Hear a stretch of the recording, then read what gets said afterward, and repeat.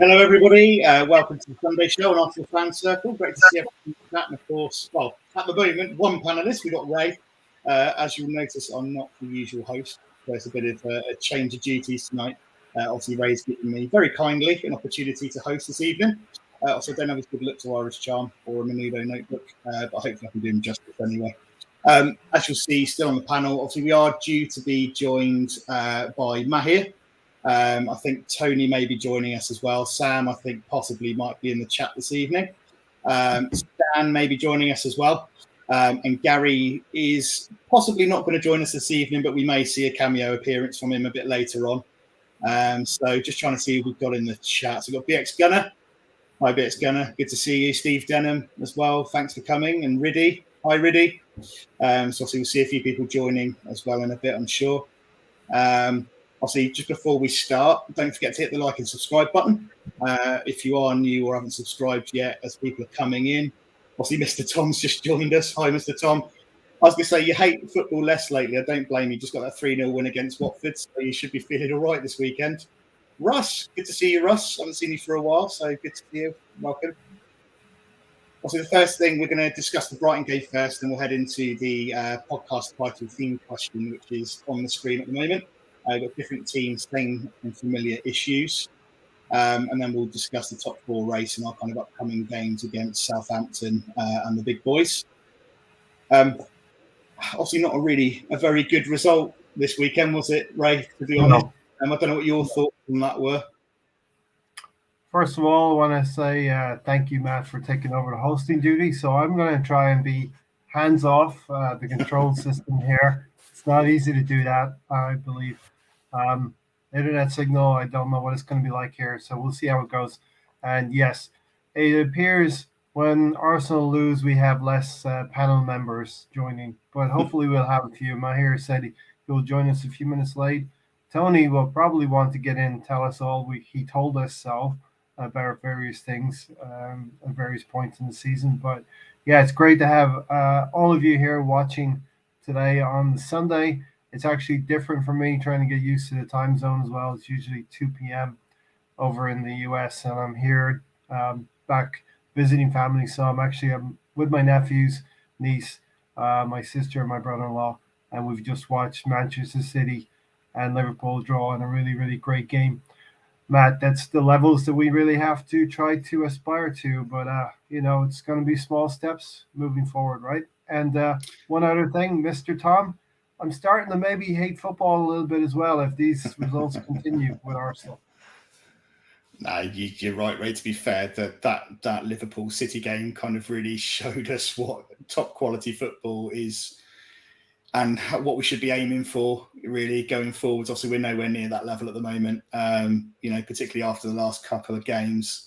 We've not really, we've kind of come off our stride a little bit, haven't we? We were looking quite confident and playing quite well. And then suddenly we've kind of fallen off the horse a little bit. I saw Leicester beat Palace today, which is a bit frustrating. If they can do it, then really we should be able to beat Palace, and at least not go out 3-0 down. And obviously Brighton, some might say we're a little bit unlucky in that game, given that we hit the bar, with a goal disallowed. But the performance overall really wasn't good enough. And also I know Arteta and the players have come out and said that at the end of the game, but it just means that, that pressure from Spurs, who are in very good form at the moment, banging in goals left, right and centre with Son and Kane. We really needed Villa to do us a favour this weekend, but that obviously didn't happen. So, difficult, really. We've gone from this situation, Matt, where we had a couple of cards in our back pocket that we could use, get out of jail free cards, and we've used both of them up against Crystal Palace and against Brighton. And, we came up with this title here, different team, same familiar issues. And if we cast our minds back to Unai Emery time, it was Crystal Palace and it was Brighton who kind of scuppered our run in with Unai Emery when we were trying to do the dual Europa League and league thing. Well, Crystal Palace dashed our hopes at home, and Brighton did the same thing that year. And I want to put it to you, Matt. Are these just teams that we traditionally struggle against? Because our results over the years against Brighton and Crystal Palace have thrown up some different results for us. Yeah, do you know what? At some point, you're not going to beat every single team around you, although that's the aim of the game, to get into top four. You are going to have a couple of games in the season where you drop points. It's just, I think, very frustrating in the way and the manner in which you do that. Why not has said, it's not unlucky we got what we deserved, and I agree with that. We were unlucky in one sense, but the performance absolutely wasn't good enough. Yeah, you can have blips like this, but like I say, it's the manner in which you do it. I don't think it was necessarily all the players' fault. I think Arteta and his tactics and some of the decisions that he made were a bit mind-boggling. Yeah. So there's kind of a share of blame there. But yeah, I mean, I don't know what you thought about some of the decisions in terms of Xhaka playing at left back and obviously leaving our midfield exposed. So I've been very critical of what happened last year, Matt, when we were in the Europa League semi-final against not Manchester United. We should have gotten to Manchester United in the final, but against Villarreal, Unai Emery's team. We trialed this Granit Xhaka thing in the league, and it went well against Sheffield United, a couple of other teams we won well against. He continued with that, he persevered with that until it became, unsustainable is the word. Using Granit Xhaka in left back position or playing at left back is unsustainable. We went out this summer, we acquired 6 players, and for the most part, those 6 players have done very well for us. And the intention was you go and get cover for Kieran Tierney, and you're supposed to use that cover, and that cover was Tavares. And it's criminal that we didn't use Nuno Tavares in that. Give him a chance to atone for what happened at Crystal Palace. I know Stan and the boys did a great breakdown on the channel on Thursday night about the Crystal Palace game. And everybody to a man agreed that Nuno Tavares should have played yesterday, and that was Thursday night. I think the vast majority of the fan base did not want to see Granit Xhaka at left back. We've been there. We know it doesn't work, but Arteta, this is on him. He's persevered with that. And not only that, Matt, you're moving a midfielder now into left back. What are you trying to do then with midfield? You bring in, everybody maybe accepts that Lokonga is going to be the future, but we're coming down to the back straight here, the final stretch of the season. And you don't play Elneny in there, who's an experienced Egyptian player, knows a lot of things and can get through games. It's not going to be flashy. We don't need him to be flashy. We need the results. And but taking Xhaka out of midfield, playing a left back, it has a knock-on effect in midfield as well. And I don't think we were great in midfield. Sam has said Ødegaard had to play deeper as well, Matt, which greatly impacted how we were going to play further forward. So it's just a cascade of problems, and it's all created from Arteta. Yeah, I can't disagree with any of that. And, it's baffling, isn't it? We complained that we had a lack of squad depth, that, we really needed a backup left back, and that's why we were having to play Xhaka at left back as a desperate last measure. We've now got options there, Tavares or Tavares, whichever way it's pronounced. I can never get it quite right. Yeah. But you've got that option there. Play him. Don't leave your midfield exposed. We need Xhaka, boss in the midfield when we haven't got Partey there. He's a critical cog in our kind of midfield wheel. Even if you have to drop Saka at left back, you've got options there. Why not use them? It's very strange, especially when as Steve Denham's just put out there, what's going to happen if you play players out of position, and we've been there before, done it, and we've not come out on the right side of it. We know exactly what's going to happen. We've seen it last season. We're looking at Liverpool, we're looking at City, and we're not saying we're at their level, but you have to play a player like Tsimikas gets a game when Robertson can't play. That's the left back position that we've addressed with Tavares. And you have to persevere, whether you like the player or not. You bought him this season to cover for Kieran Tierney. And yes, internationals have come to bite us a little bit. Right at the last opportunity for an international break, Kieran Tierney gets injured. And we're in this situation. Partey is injured now as well, and we have a midfield situation as well. These are two positions that we've been kind of been handicapped by in these last two games. And like I say, we were talking about El Neni, weren't we? Thinking, well, what's happened to El Neni? What's happened to him? Like, why aren't we giving him a chance? We've got injuries to Partey. Why can't we utilise him? It's a boring option, but it's a safe option. Against teams like Brighton, it's probably an ideal option, really. Like I say, not to be flashy, but just to keep things on the straight and narrow and not give any stupid opportunities or unnecessary opportunities away. See games out, even if it's a 1-0. It's a bit strange to not see us thinking that way and playing our best centre midfielder at left back when we don't have to. Let's go through the options then, Matt. There was a number of options other than Granit Xhaka left back. So why not Saka left back ? But Arteta has killed another player, Pepe, now Tavares, who, however you pronounce it exactly. Stephen OT said it looks like Arteta wants to sack, and if the club is to move forward, we need an experienced manager. So an experienced manager, Matt, would have seen Granit Xhaka. His shortcomings were found last season and throughout this season. There's a reason why Granit Xhaka was moved further forward this new year, ever since those Liverpool games, getting red cards. There's a reason why he was pushed forward. Now push him all the way back to that left back position. The options were Tavares in a 4 or Tavares in a 5. You play 3 at the back and you play to Tavares' strengths in going forward, and you hide his defensive weaknesses. Bukayo Saka at left back is another option. Even putting Cedric at left back, and I think Rob Holding a right back would have been a better situation than Granit Xhaka playing there. And of course, one of the goals emanated from that left back position.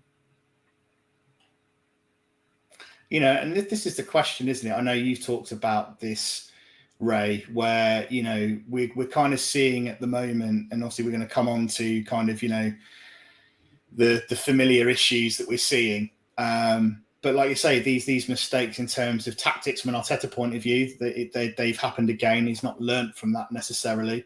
Is that a sign that actually, although he's been lauded, is he ceiling this point to get us to this point? And has he got the tools to get us from, in your words, Ray, base camp all the way to the top of Everest? Is he the man to get us to that next stage, or are we being a little bit too judgmental too soon? Is he capable of doing that in the next 3 years, or is he just not capable of doing that? And are we seeing those kind of mistakes now and he's not going to learn? The thing is, it's not rocket science, right, Matt? We know the players that need to be replaced this summer. We know the business that needs to be done. We knew it last season even, but Granit Xhaka somehow miraculously did stay at the club. I'm not saying he's the biggest issue at the club, but when Arteta is so intrinsically favoring what Granit Xhaka can bring to the team in good things, you have to understand there's some bad things that can be brought to that team as well with Granit Xhaka. And with Granit Xhaka, we're taking the good and the bad, and that's the issue. So we know Lacazette needs to go. Maybe we'll talk about that. We know definitely Granit Xhaka. We got to move on from there. But you go out and buy cover, and you buy a left back, but you don't use them. And Tony, thanks for joining us. Welcome, Tony. Yep. Hi, Tony. Welcome. Good to see you. Yep. How's it going? Well, after the weekend we've had, after seeing Liverpool play City and the quality of football that they're enjoying at the moment, and what we're seeing, My brother-in-law, shout out to my brother-in-law who is an Arsenal fan. So he got approval way back from the start. Even before. But yeah, he even said, "Listen, it would have been a good week for us. Every other result went our way. Brentford have beaten West Ham. Man United were beaten by Everton, which I thought both of those things could happen. But I also thought maybe Aston Villa would make it more difficult for Tottenham, and they went. Tottenham went and were very efficient. I didn't see the game, but And I understood they withstood some pressure and went up there and did the job and won 4-0. At the end of the day, we cannot rely on other teams. We're still in a position where we can make things happen, but it has to be within our own resources, and we can't rely on other teams to get us out of trouble. You know, Riddy's comment down there, just most people would have taken a top 6 finish at the start. Top 4 wasn't a target for the club, was it? Yeah. Do you know what? I've got a partner section later on that, so we'll come back to that in a little bit. But yeah, absolutely, it's the right way of thinking. I think Matt has laid out a cracking format, so we're gonna have a little bit of a therapy, I suppose, Matt. I don't know what's in store, but we're gonna talk it out, and it's still gonna hurt a little bit because Tottenham are 3 points ahead of us. Goal difference is better. We do have that game in hand, but we have to start winning games. Now, we've talked about a little bit about the Brighton game, Tony. I've got a feeling what you might say.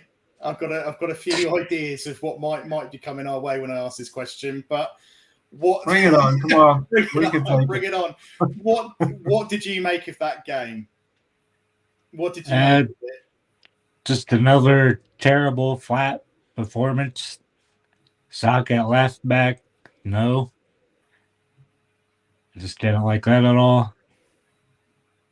I did get to see Smith Rowe where I wanted to see him at, but yeah, Zaka back behind him. But overall, just not good enough. Another flat performance. Arteta's to have these guys up for it. Like Palace didn't have it up for Palace at all.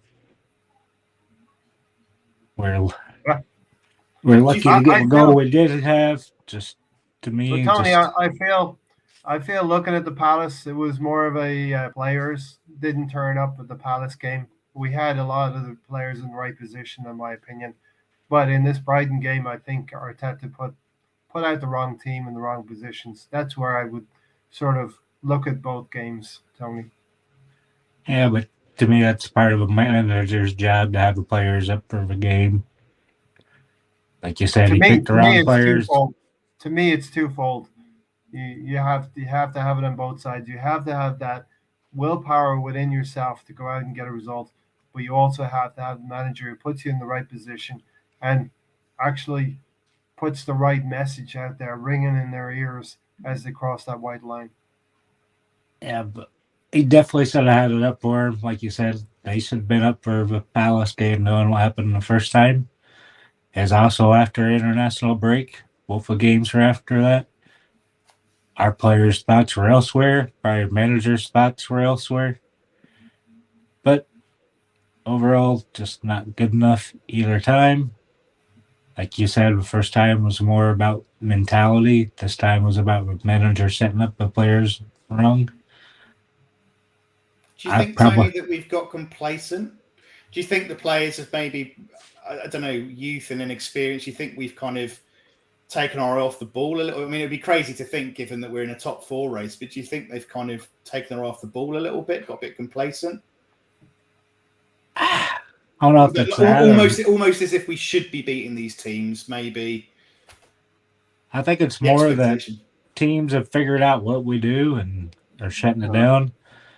Now you don't have Partey out there in the middle. That was one of the differences besides Lacazette's leadership ability since Aubameyang's been out, was Partey was driving the ball forward.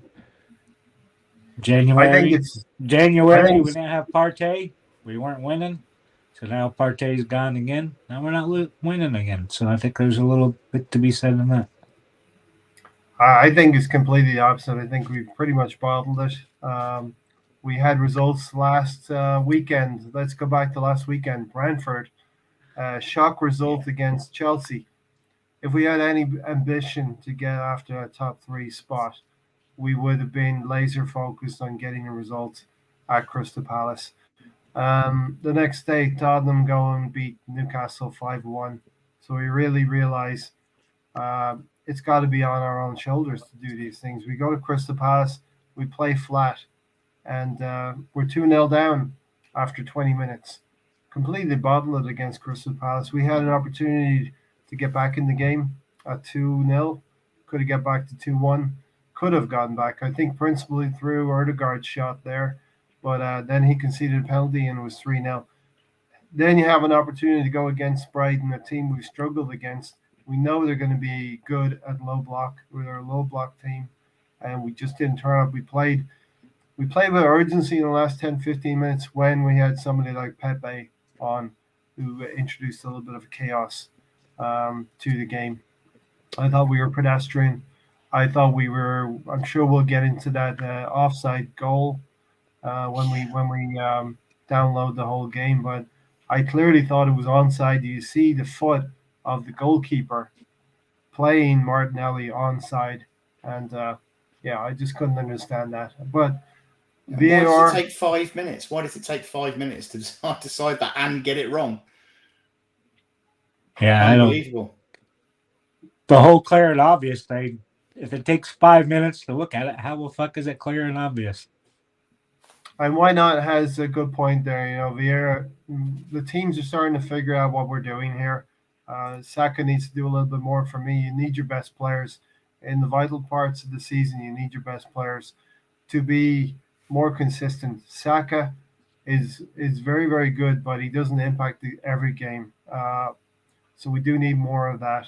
And Vieira identified. But then why not? I'm looking at Vieira's result today against Leicester City. They didn't go up to Leicester City and they didn't win. So the Premier League is very, very difficult to win games in. And Matt, we've lost 3 of our last 4. Yeah, it's not great. I mean, I've got a little bit on this a little bit later. When we start talking about our unfortunate rivals for top 4 in Tottenham, and the kind of form they're in, and what our form is like in the last 5 games, our goal scoring record, it's not looking good. We're not scoring goals. We've dipped in form. It was almost like you say, Ray, a bit of a bad game at a bad time, bad result at a bad time. Mm-hmm. We were hitting a bit of momentum before the international break, and then suddenly, we've lost that momentum, and we seem to have hit a bit of a stop-start. It's whether we can pick that up. I mean, do you think that this is going to be something that we'll shake ourselves out of coming into Southampton, or do you think this is something that is going to kind of litter us until the end of the season? Are we going to go on a bit of a run and get absolutely battered by Chelsea? Because let's face it, look at the results they've been having recently, or more very recently. They're scoring goals for fun. Yeah. Tottenham scoring goals for fun at the moment. Are we going to go and get battered, or are we going to kind of dust ourselves off and see a response? There's only one way to do it right now. You can't feel sorry for yourself. And I get what you're saying, really. At the start of the season, we would have taken top 6. And, in the cold light of day, I'll take 5th place. I think we should get 5th place at worst. But I've been this far since the early December. We've been close. We've been in top 4 for most of this year. And to relinquish that now would be a bitter pill to swallow, Matt. Yeah, it would be. And this is the frustration, isn't it? Because, like Rudy's mentioned, this top 4 thing, we would have bitten somebody's arm off at the beginning of the season. If someone said to you, you've been in a race for top 4, you would have laughed your head off and said, no way, especially after the 3 results that we had. So to be sat here kind of frustrated at the fact that, we're kind of sat in 5th, we're still in a race for top 4, but we've made it more difficult for ourselves. Are we getting unnecessarily expectant with a young team? Are we kind of getting over keen with this team and think and they're overachieving, or should we be expecting this team at this point to be hitting that top 4 place? Because I think I predicted 6th or 7th. Not sure. I can't remember how you guys predicted it for the end of the season. Listen, I was predicting top 6 earlier in the season, but it's just when you get closer to that prize, and some people have said you almost want to start hearing that music in your ears, Tuesday and Wednesday nights, Tony's talking about that we want that, It's not that you predicted it, Tony. It's what we want for this club. So 5th will still be a good season. I'll still take 5th. It's just going to be so tough to watch Tottenham do that to us and be that team that are going to beat us to it. Because I think West Ham are very focused on the Europa League. Man United are horrible horribly run team. They have no morale. They're us 2 or 3 years ago. And we got to keep that in mind. Manchester United are us 2 or 3 years ago. We've made some strides this season that Manchester United would like to start their process with, whatever it is. People hate that word process, right? Question for Ray: do you think Arteta makes excuses for defeats, or he gives you a reason for the defeat? Well, in the lineup, he gives us an excuse, a reason for the defeat in his lineups, which shouldn't be the case at all. We should be looking at his lineup, Tony and Matt, and we should be saying that lineup was good enough to go and win against Brighton. Well, guess what? When you put in Granit Xhaka and what we've seen last season, we have our doubts. When you put in Lakonga, and I'm telling you, if El Neni was in midfield, he would have been in position to stop that second goal because he would have been right there at the top of the D at the penalty spot to close down that shot for that second goal. And listen, we got a goal back late. Would have given us a draw if we hadn't conceded that second goal. So I think Arteta sets himself up with some very, very strange selection decisions, Matt. It is almost as if it's great when you've got a full start because he knows what his starting 11 is. He knows who he wants to pick because of squad depth, which you could argue is partially their fault. You know, we had a January window to try and strengthen and do some things there, but we didn't. So there is some blame there potentially, you know, for why we're left in this position to some degree. But it's like as soon as that plan A isn't there, what's his plan B? And this is where you start seeing some of these strange decisions. You know, it's almost as if he has to tinker, I think, and try and do something special rather than do the basics and just get a result. You know, I've got to play Xhaka at left back and take him out of midfield. Yes, and you know, it's Matt. Now that you're saying that, would Jurgen Klopp put Henderson at left back, or would he play Tsimikas there? We all know the answer. Absolutely. He'd play Tsimikas. You know, it's crazy, and it doesn't help. You know, I know we've talked a lot about, you know, the January window. We're not scoring goals, which doesn't help. You know, we've got Lacazette, who I love Lacazette. I think he offers a lot to the team, but let's face it, in open play, you know, his goal scoring record this season at least has been dire. You know, and we don't have the team really and the goals in the team. I know obviously Emil Smith-Rowe has done well this season. Saka's still not quite there in terms of his goal scoring. We've not really got anyone that is consistently, you know, putting the ball in the back of the net. Obviously Odegaard scored with a bit of deflection, a cracking goal, but you don't know where the goals are coming from. If you're 2-0 down, you don't really have that confidence that, you know, you're going to be able to drag that back to get a 2-2 draw. You know, you're almost hoping for a 1-0, you know, at this point. And, you know, you look across the road and you see them beating Villa, you know, 4-5-0, you know, scoring goals for fun. That shows how much we're missing someone up front. And I think we are culpable for that in January. But Matt, we've lost our last two games 5-1. It isn't really goals that's a problem. It's more of a defense has been the problem. Yeah, obviously conceding goals. Yeah. I got a poser to put to both of you at this point. Do you think, at this point, as bad as Eddie Nketiah is, do you think he's a better player, a central striker than Lacazette is right now? No. You would persevere with Lacazette? Yep. I'd actually play him as striker instead of all his link-up play stuff. But that's kind of he is number 9 in the team.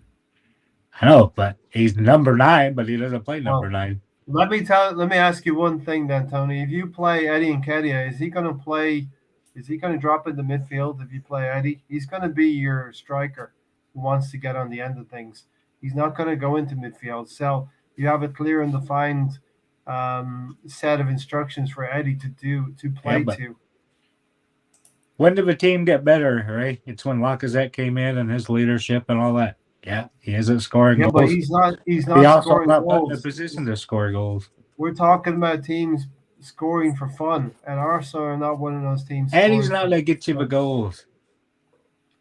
Lacazette is clearly not getting us the goals at this point in time. Only I would two think options you maybe got is Martinelli or Smith Rowe there, or you could even throw Pepe in there.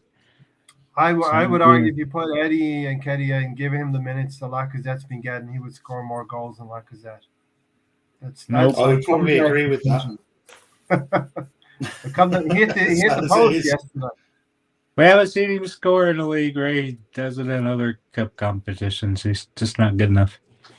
Let us know, everybody in the chats, what you think. Are you as bad as Eddie and Nketiah is? Do you think you would do better than Lacazette actually scoring goals? Then where's the leadership coming from, Ray? Leadership? What good is leadership if we're losing games? And let's face it, we've all talked about we've got plenty of leadership. We don't need leadership. We need goals. Matt? Well, we've got leadership in the team. Goals, we talked about Ramsdale, we talked about Tierney, we talked about Gabriel, we've talked about various players, even though Ben White, etc. We've talked about various Xhaka even, for leadership in the team. Obviously, I know we don't see it that way with him, but obviously the managers he's played for do. Like I said, I don't think leadership's necessarily the problem. It's the fact that, and defensively, this season hasn't been a problem. The issue is if you don't score more goals than your opposition, you're in deep trouble, aren't you? You're not going to win games. Yeah. Defense has been a problem the last 3 or 4 games.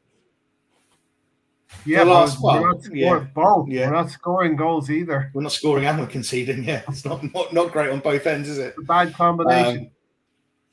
It's how often have we scored 3 goals this season? We're not that tie with Crystal Palace on 3-3. We're not going to win 4-3 because we're scoring goals. But we're better defensively. All season. We created, I think, 3 good chances against Crystal Palace, and if we don't concede 3 goals, we have a chance of getting even a draw.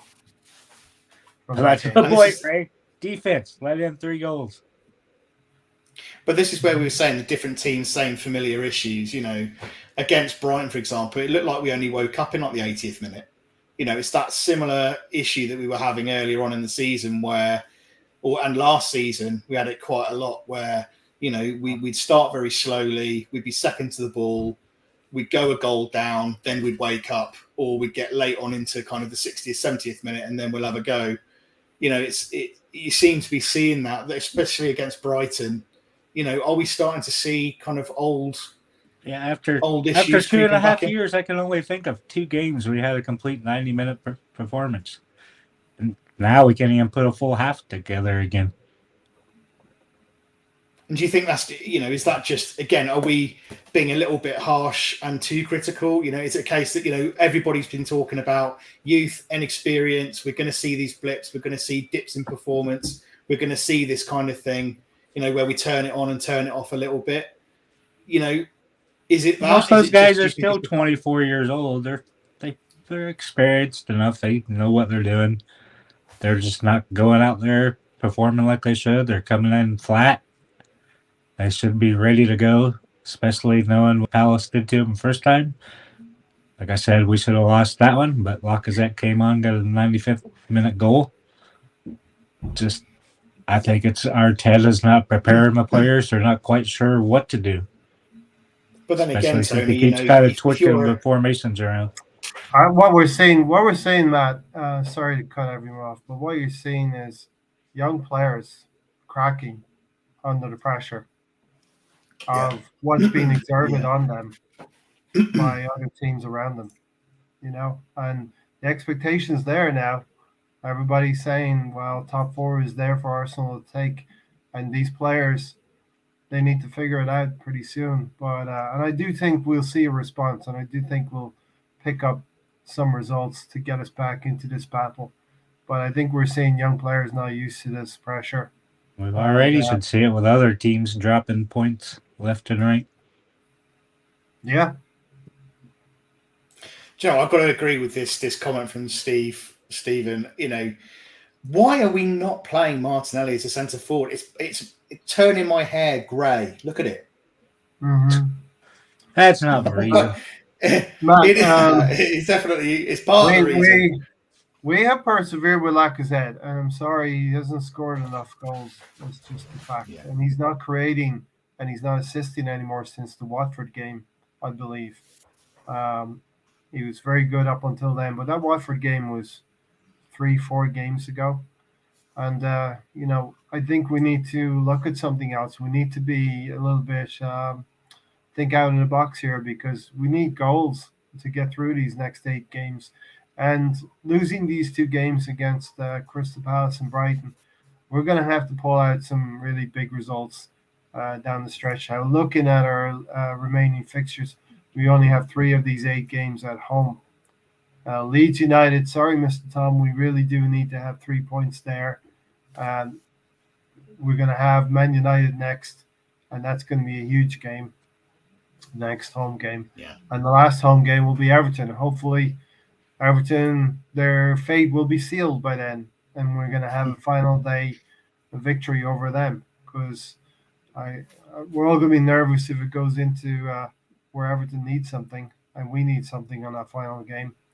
And then we have those 5 away games, and starting with Southampton, we've had Brighton. Matt, Brighton have needed a win for 2 months while they rock up to the Emirates and they get a win. We don't need to give wins out to Southampton next weekend. No. And you know what? They've done us a few times. We have struggled against Southampton at times. It's difficult, we really do need to bounce back, because you look at that game after Southampton, the games after Southampton, we've got a pretty tough run in. Man United, arguably a game, but, look at the result earlier in the season. Arguably we should have gone and won that game. You look at Chelsea, who are on hot form at the moment, banging in. I mean, look at their game against Southampton, knocking in goals for fun.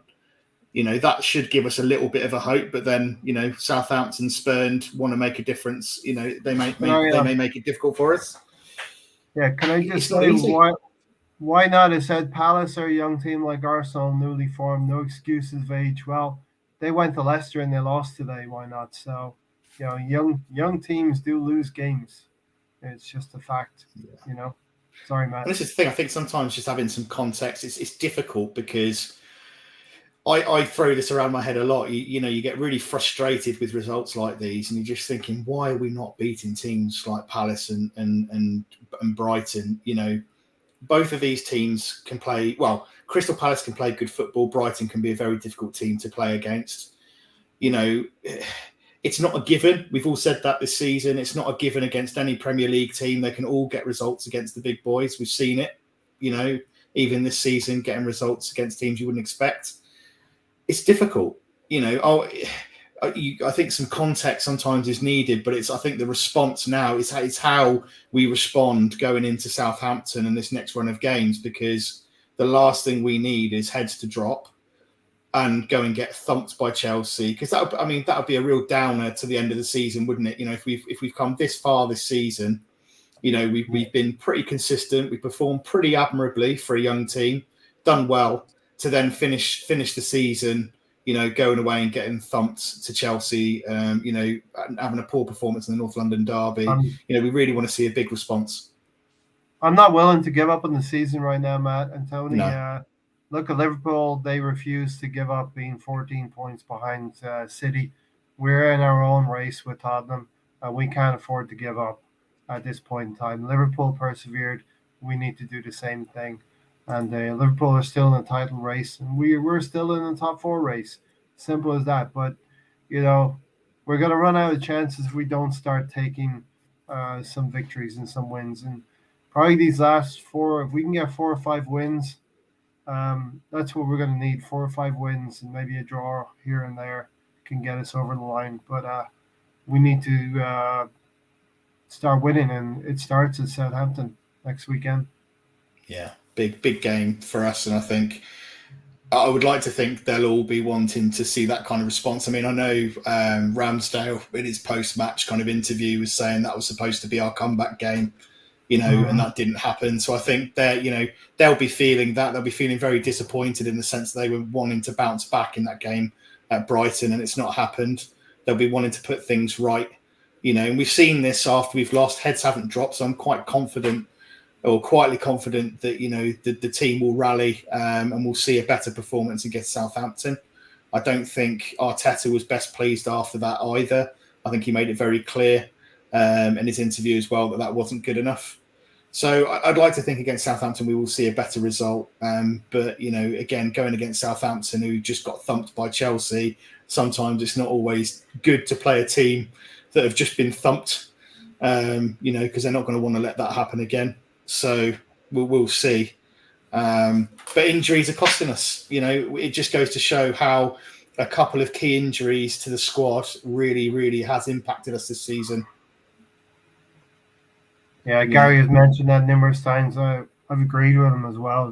We needed to be perfect.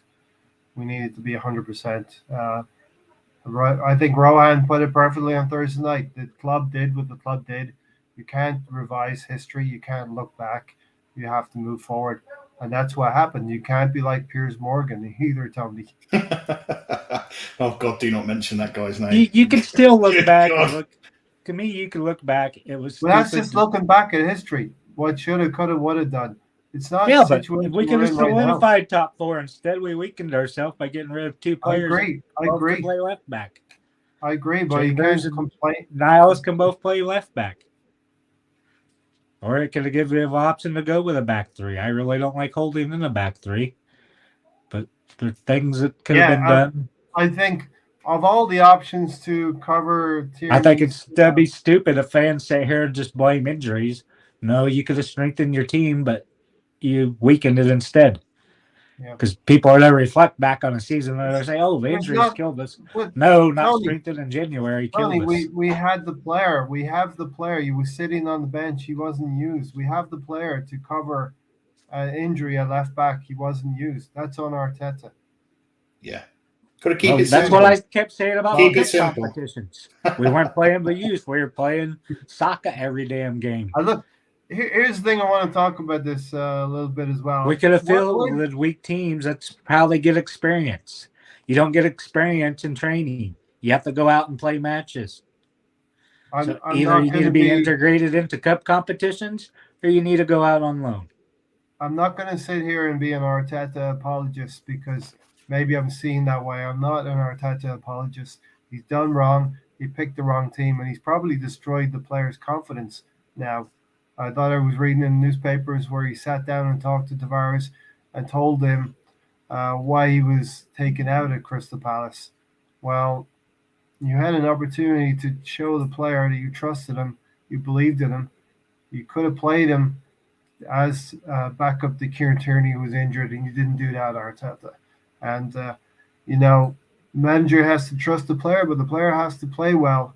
And that's why he's getting lack of minutes right now. And we're having a consequence of a slim squad. These players who need to come in and help us haven't been getting minutes. That's the good and the bad of having a slim squad. You're getting consistency of results. But when you need to call on a player because of an injury or suspension, they're not ready. They haven't played enough this season, and they're not ready to help us. No, you're right. That's what like I say, a lot of players on the bench. We were out of those quick enough to not really have to worry about those to be honest, Tony, this season. And Tony, Tavares played in that cup competition. He played in Nottingham Forest. So, a lot of the young players played in the cup competition. They didn't do well enough to progress in the FA Cup because we had a young team out that day. Yeah, we still feel it's strong teams, right?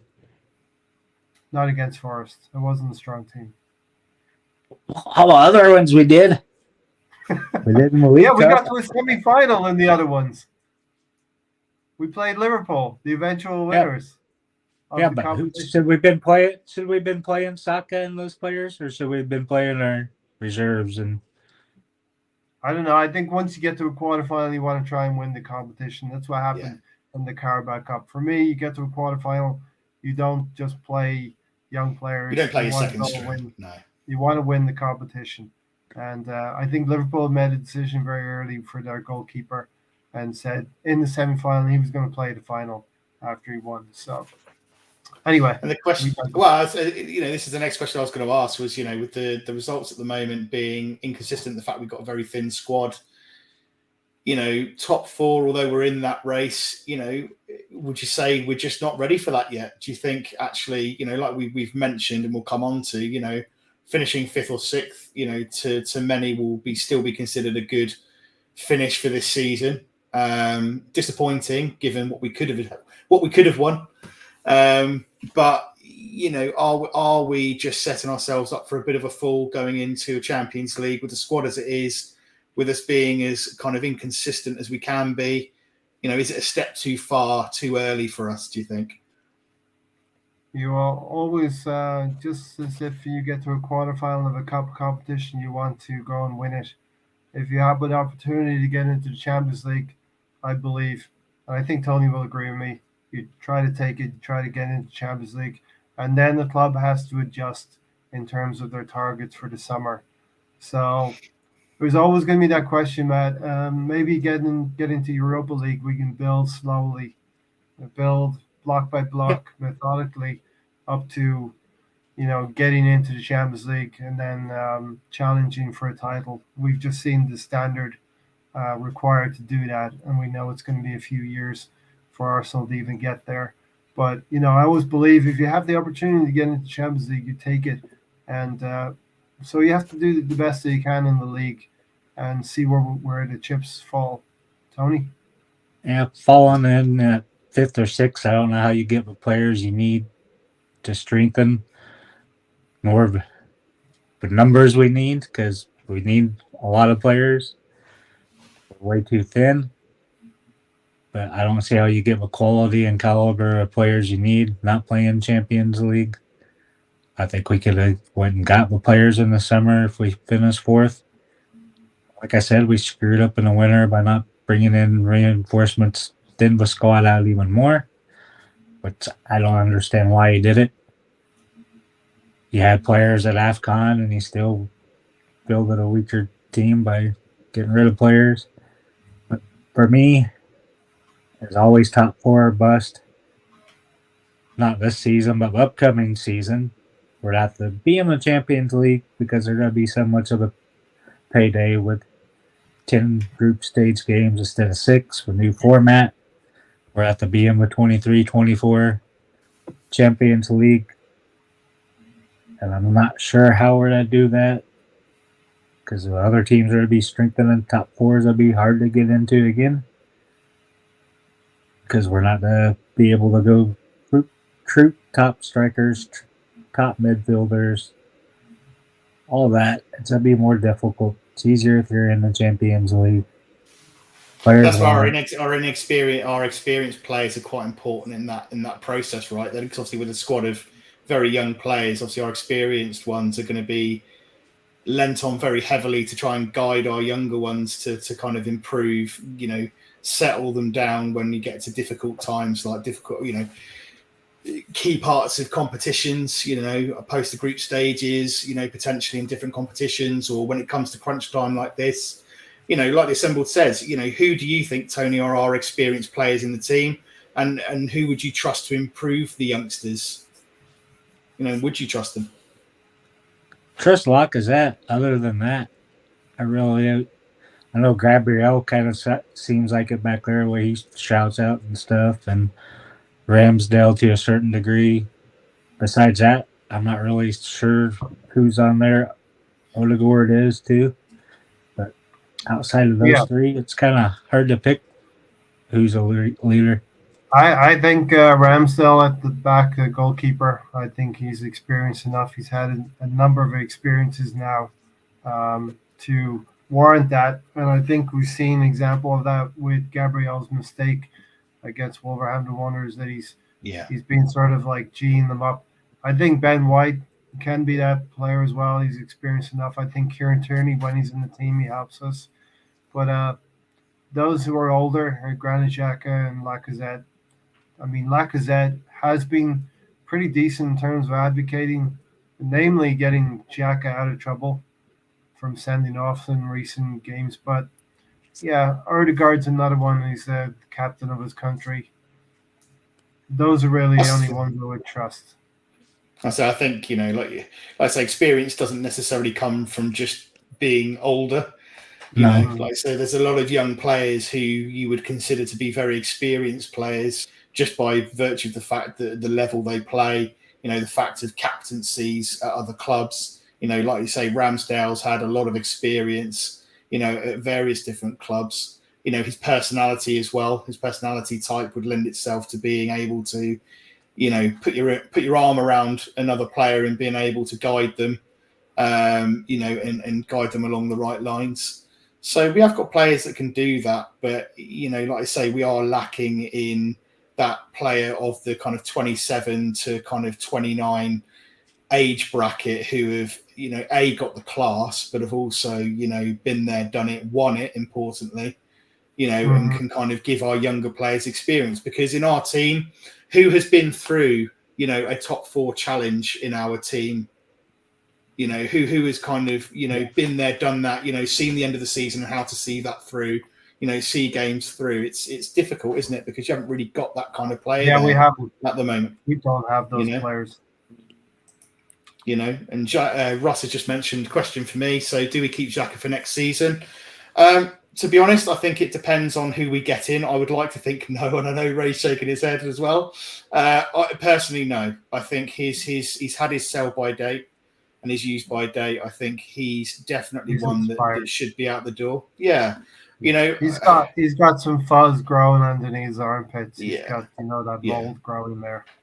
Yeah, I mean, if we're being realistic, he's got to go in the bin. Yeah, I mean, Roma have been flirting with him for a while. I don't think he even really. I mean, he's a professional, in terms of getting on with it. His conduct and discipline on the pitch is another question, but that's a separate thing. But he's just got to get on and go. We need to aim higher than that. That's a handicap. That's a handicap as well. No, I agree. I agree. If you're getting to a position even where you're leading 3-1 and you're bringing Granit Xhaka on next season to stabilize the game, dare I say that, even stabilizing the game, or playing in a cup competition with some of the younger players, which Tony wants to do, he's not going to be the kind of player you want guiding those young players, and you wouldn't even guarantee. He's got something like 3 red cards already this season. You wouldn't guarantee that he would not do the same thing again next season. Have 3 red cards. We've got to look past Xhaka. I mean, like I say, the level of quality, the discipline, everything like that. He's almost if we're looking to move forwards and progress as a club and as a team. Hi Gary. Hello. Then we need to be looking at better than Xhaka. Xhaka. The likes of both El Neni and Xhaka, they both need to go, really. They're just not at the standard that we need. If we're going to be playing at Champions League level, potentially. They're both just bang average players. They're bang average players, and they'll do a job, but we need to be doing better than just a job. And that's the position, that's the engine room, really. That's where you drive and dominate games. We need someone or a couple of players in there who are, going to be able to give us rotation throughout the season, allow Lokonga to grow and develop in that role and not put too much pressure on him over the next season to be the main man next to Partey.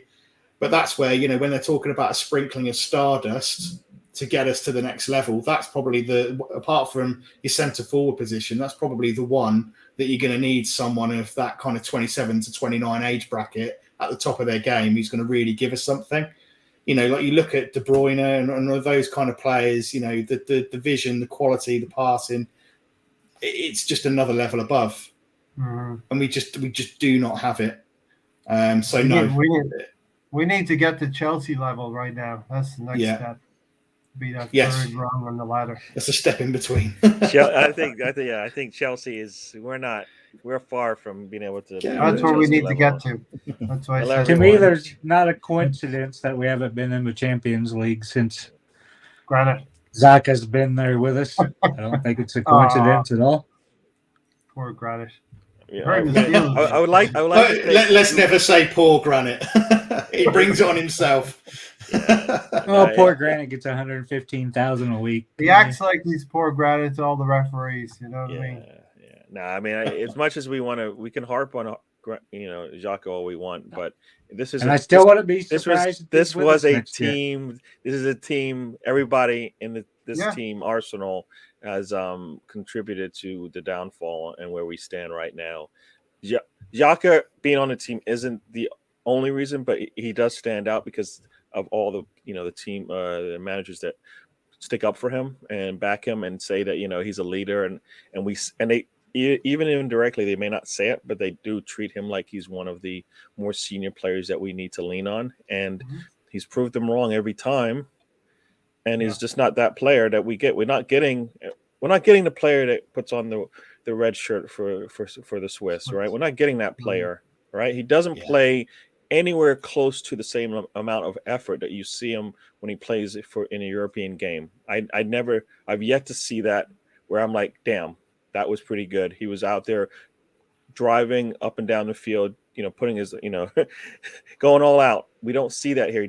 We pay him and he plays harder for the Swiss. That's what we see, right?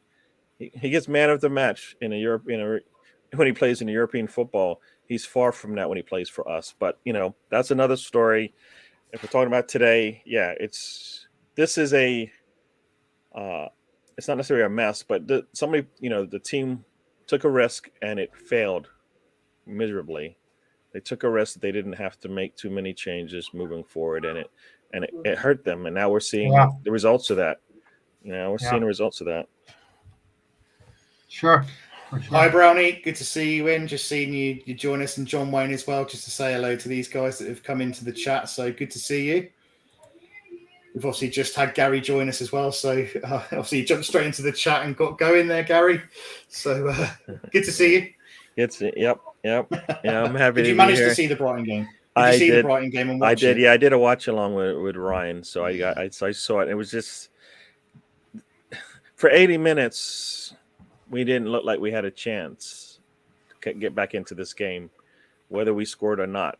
Even if we had scored that game at halftime, we still did not look that goal at halftime. It still didn't look like we were going to pull it out because we looked the same as we did in the previous game. So whatever they did in the first, the game against Crystal Palace, they did it again in this one. Came out flat, never got it going. And that's, to me, it's part player, part manager. You got to get your players up for these games. You know how crucial it is. I mean, when I came into this stretch of games, I said we have to get 9 points. Yeah, we're not going to get anywhere. We'll be lucky. Well, hopefully we'll get the 3 points that we need, and that's still not even a guarantee the way we've been playing. I think we took a risk by moving Xhaka back and hurting not only our midfield but now our back line. And it hurt us in both situations, right? Yeah. You bring players in for a particular reason, you play them. And it's not your fault that Tavares is... I don't think he's playing that bad.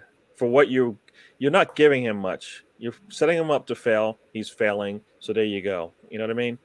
And it's a vicious cycle, Gary, because now Arteta doesn't trust him. Tavares doesn't trust that he's in the right position with this manager either. You let the player play himself into some form and play himself into some favorability with the manager. But like you said, Gary, surely he's not that much worse than Martinelli at left back. The club went out to buy a left back to cover for Kieran Tierney, who gets injured quite a lot, and we haven't used the cover again. I say again, we haven't used that cover.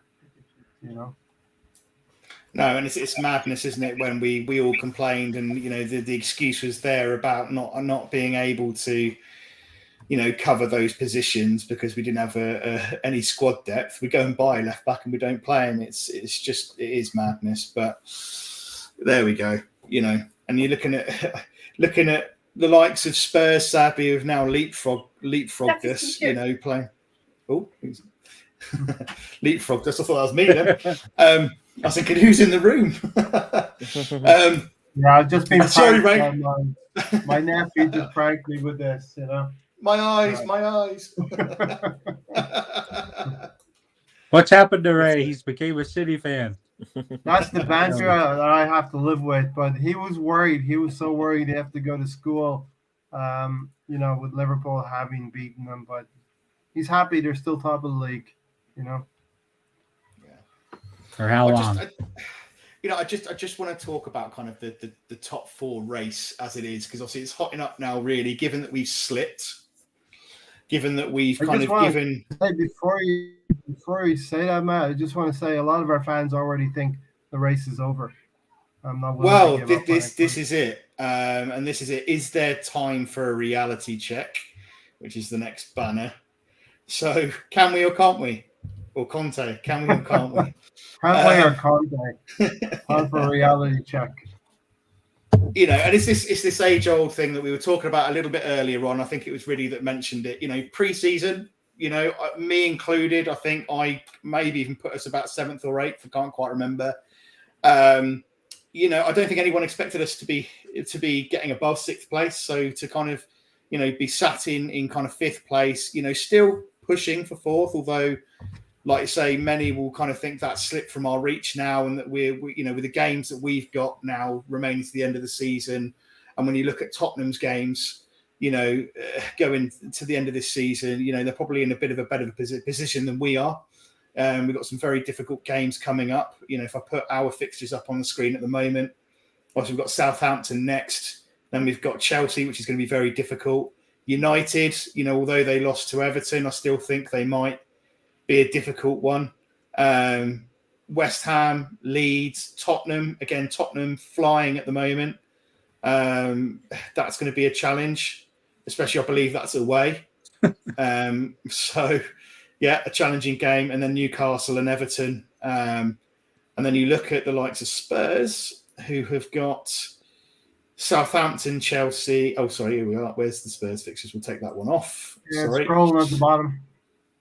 I'll take the ticket off. So they have to play Brighton. And then I'll put the Spurs ones back on. There we are. So, yeah, Brighton, Brentford, Leicester, Liverpool, obviously us, Burnley and Norwich. So arguably you would say they've got an easier run-in than we have, obviously bar Liverpool. Looking at yeah, so that's why it was critical that we got, for me, the 6 points by now. We would have a 3-point lead on them, and they still have an easier route to get back. And now we're behind them. Yeah, We can't even draw them. We have to beat them on points. A draw. We're not scoring 10 more goals than them for the rest of the season. I don't see that happening. So it's essentially 4 points, definitely.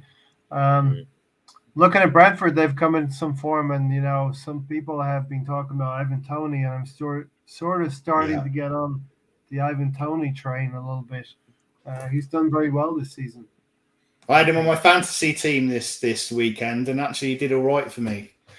So yeah, I was debating whether to have him in this weekend. So hopefully Brighton will be a difficult game for them. I'm not sure if that's away from home, it's at Brighton or not. Brentford will be tricky. Leicester, where we are sort of hoping for teams like Leicester to come back into form now. And the Brighton game is away give them a game. Of course, Liverpool will be in this title race. You know, Liverpool are going to beat them. So I don't know if you can put that back up there, Matt, for a second, so I can see. Which our fixtures, you mean, or their fixtures? First, we all know. We pretty much know our fixtures left and what we have to do. Leicester, Liverpool, Brentford, and we obviously have to. It's a must-win game when we go to their stadium. Yeah. I think Burnley and Norwich are one of the two of the three that are already going to be relegated, but Burnley could still be scratching for survival, so that won't be an easy game for Tottenham either. You look at. We fight. I don't think it'll be easy, but we fight. It's a challenge, isn't it? I mean, I was just looking at this earlier on, and you know, you look at Tottenham's, say, last 5 games. You know, won 4 of the last 5, scored 16 in the last 5 games. We've won 2 of the last 5 and scored 4. You know, they're really hitting a stride. And Son and Kane. I have not been worried about Tottenham. But what we are doing is not good enough. Losing the last 2 games. But arguably that shift has started to happen, you know, where we had that buffer. You know, that power was with us. It was well within our control to go and get 4th. Especially like Gary said, you know, we needed to get, out of the last 2 games particularly, we needed to get full points out of that. At least. You know, at least. So we needed really 7 out of 9 points, you know, go into Chelsea. from that Brighton, Palace, and Southampton game. Currently, we're sat with 0 points, and it's made our lives a lot more difficult when you've got. I don't really like saying their name, but when you've got a Tottenham, on form like that team down the road, it makes it very, very difficult. I mean, do you think, is it just the fact that Conte's been a great coach and he's got Harry Kane back onto form after a poor start to the season and they're playing better? Or is it the fact that he's an elite coach and he's doing what Arteta can't with ours at the moment? Or is it just the fact that they've got Son and Kane? What's the change in them? Well, they started off good without Kane. They won their first 3. So.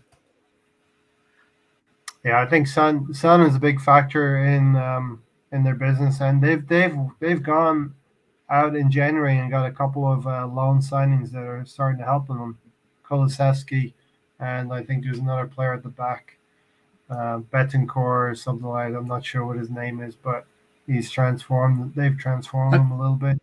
That's what you can't tell me. You can't tell me we couldn't went out and got some players on loan that would have helped us. You can't tell me there wasn't anybody available. Were we not looking at Kulusevski? I'm sure. Yeah, we were looking at him as well, I believe. Yeah, I remember back to January, and I think we've hit the skids. We've had all season. We haven't had too many big slides. We lost to United. We lost at Everton. 2 results in November, December, which may hurt us in the end. But we sort of started to slow down now. After Liverpool, we just about beat Aston Villa, and now we've lost the last 2 games after the interlull. I think this is a really important point as well, as Stephen's saying, is, top 4 was as gift wrapped as it could have been. We still got an opportunity to go and do it. So I don't want to write our season off at this point, because it's still achievable and we may see a bounce back and we never know what's going to happen in the next run of games. So I'm hoping that, we kind of make up for these last couple of losses. But, we were all talking that in January, we really needed to kind of bolster, in some key positions, central midfield, a striker, that really would have kind of helped us out at this time of the season. We're seeing key injuries in areas like centre midfield where we really could have done with that now. And maybe that could have been, a game changer when you're going into games like, Palace and Brighton. It's difficult not to argue to argue with that, really. I think January does play a part. But then I say Ray and Tony, not playing our players in position when we still do have a Xhaka, we still have a Tavares. There's a bit of both there, isn't there? Yeah. Hi, Mahir. Hi, Mahir. Good to see you. What's good, guys? Not much right now. Gunnar Glenn, no. Other than Ferrari winning, it's not been a great weekend for me. Obviously, here in Ireland, that's good, right? But Arsenal not getting a win yesterday was a bad one. And only with Pepe coming on after 74 minutes did we see anything like the kind of movement that we needed, the kind of attempts on goal that we needed. And we were unlucky to hit the post on a few times. And James is loving life right now, Matt. Hey, man. I mean, good for James, and shout out to everybody. I just wanted to firstly say Ramadan Mubarak or Kareem, or to everybody that's fasting in this month. Yes. That's tops. And to the rest of the Arsenal Fan Circle family, to you guys, Wagwan, Konnichiwa. Hello. I'll have whatever you're smoking or drinking, Mahir. Yeah. You're always in a great mood. I need some of whatever you're on. No, I know it's somber. I know it's really somber with the 2 losses, guys. And I'm like I told you, I'm not a flip-flop. So like when I was seeing results and things going well, I mean, I backed the team but I kind of want to say I told you so. But do you think that we're going to bounce back? Can you see this turning around? I mean, this is a question to everybody really on the panel. Do you think this is just a 2-game blip? It's just, we've not played well, but we've had the consistency the rest of the season. We picked ourselves up after previous results like this, and we're going to go on another run and actually, turn it around a bit and still be in the run for top 4. I'll go first because I'll probably leave in about 10 minutes and you guys can finish up. But I think we've been so consistent throughout the season. I think that consistency has to return to us.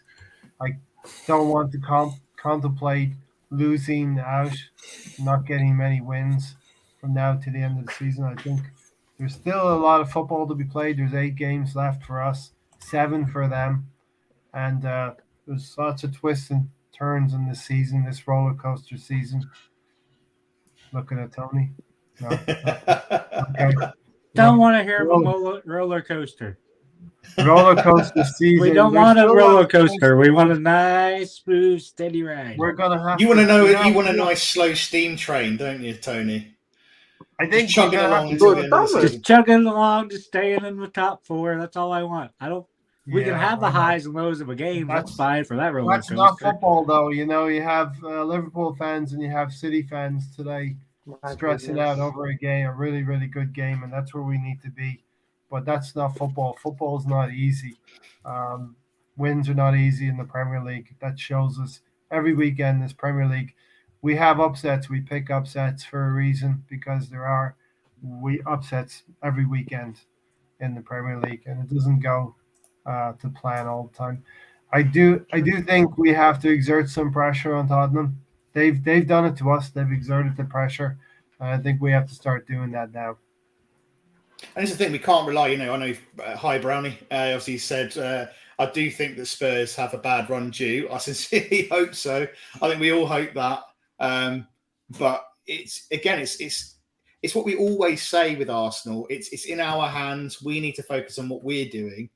Not worry about everybody else. If we can get our performance levels up, play the way we've shown that we can this season, and actually, stop these kind of dips and Arteta not playing players out of position when he doesn't have to, make it easy for ourselves, do things a simple but easy way, get the basics right, then we'll be okay. I don't want to have to worry about Spurs and whether they're going to be due a bad run or what they're doing. I don't really want to be having to look at them. We shouldn't have to look at Spurs. We should just be looking at where we are, looking at the team above us. Yeah, focus on I do have a question before Ray goes.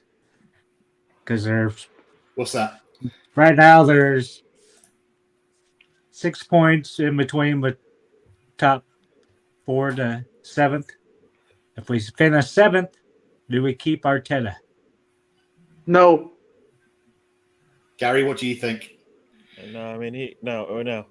He would have dropped 3 spots from where he potentially would have kept his job. If he finishes 6th, he shouldn't be. We should easily finish 5th at worst. Yeah. I mean, look at United. Look at West Ham. They're not great. Yeah, I mean, he shouldn't stay, but we know, who this team doesn't seem to do the right thing, right? So I have a feeling that's going to be the problem, is that the ownership is going to look at that as not necessarily improvement, but they're going to like what they've seen from him for some reason. I mean, if he can come back at them and say, you know what, when I wanted players to come in January and you said no, this is what you get when things don't go our way. I don't think he's big enough to say that, but that's what that's the only thing that looks like. That's the only thing he can stand on, right? He could say that, I wanted to bring in players. You thought the price was too high, so we couldn't make moves. He made moves for the players he made for Gary. That's what happened. He spent 100 each over 250 more, and he brought in, sorry guys, but like drops aside from Ramsdale. The rest is Olympic runners. Like Lakonga is an Olympic runner, to be unfortunately brutally honest with you guys. So do we think we can do it? Tomiyasu, White, Odegaard, not bad acquisitions, I think. Oh, come on, Ray. Supertita. Tomiyasu, Ben White, Tomiyasu, Erdegaard. Ben White, Ben in the back. Nkeka in attack. We're on our way to Conference League. But we'll be at this point God. of. I know we'll be at this point at the end here of the and I year. get into it. We'll be at this point at the end of the year if we don't finish fifth, if we end up sixth or whatever. The fans will be, oh, Arteta needs more time. No, there's only 2 players on the team that he hasn't signed or extended, which is Eddie and Lacazette, and they'll both probably be gone. So the entire team will be his. There's no excuses. Yeah. Mm-hmm. Do each of you, starting with Ray, then we'll go to Tony, Mahir, then Gary. Do each of you think that we are still in this race for top 4? Do you realistically think, with the fixtures that we've got, do you think this is still open? We've got 8 games left. Let's say we beat Southampton. Okay, not saying it's going to happen. Answer the question, right? Let's say we beat Southampton. No, let's say we beat Southampton. Then we're even on points with Spurs. They have goal difference is better, okay? But it's 7 games each, and we would have said at the start of the season, if we have 7 games to go, we're level on points for top 4. We'd all would have taken that, right? Now the question 100%. Is, do we believe we're in a fight? I believe we're in a fight. I think Tottenham are going to drop points. We're going to drop points. Obviously, not being Michael Owen about it, but whoever drops the least amount of points will do better. Would you say that if West Ham and Man United both won this weekend? West Ham have played many more games than us, but I would have been a little bit more concerned about if Man United got their act together. But I really see it's just the 2 of us fighting for that top 4 spot. Yeah, I can't see anybody else in this other than us. But Tony, what do you think? You answer the same question, Tony. I think we're in it. Will we get there? I don't think so. I think with the injuries, team spirit, everything, I just don't think we're going to fight like we need to. Unless we have like a team meeting and they kind of go at each other and say that everybody needs to bring what they need to bring. But I think it's going to be very difficult.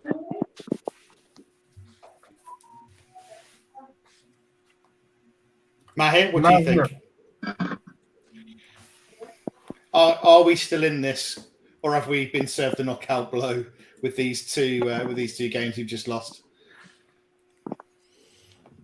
As he's just walking on. Gary, you might want to jump in there because I think Mahir's just lost signal, I think.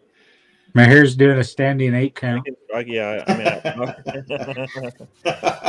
Sorry, can you guys hear me? Yeah. Oh, we can now. Yeah, we can. You're back in the room. Okay. He's at 8. Let's see where he thinks we're at. My answer is absolutely not. We've got Chelsea, we've got Tottenham, we've got Manchester United. We are going to have to beat 2 of them, and in the remaining of our games stand this much of a chance of making top 4. That's what I think. Okay. Gary? Top 4, I don't think we're in it. No. I mean, no. Nothing in the last 2 games has shown me that we're going to get any better. Enough like Mahir said, that we can actually compete in those road games that we have, right? I mean, all of our road games after Southampton are basically really tough ones. So, yeah, and the home games it's not going to be easy. The home games that we have are United, Leeds, and Everton, right? So that should be 6 points at least. 9. It's got to be 9. Well, I asked for 9 against worse talent, and we got 0. So I'm not.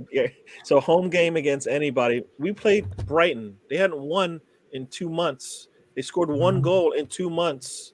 They scored 2 goals in 1 game against us. I mean, all of that does not show me doesn't trend in any good direction for us right now.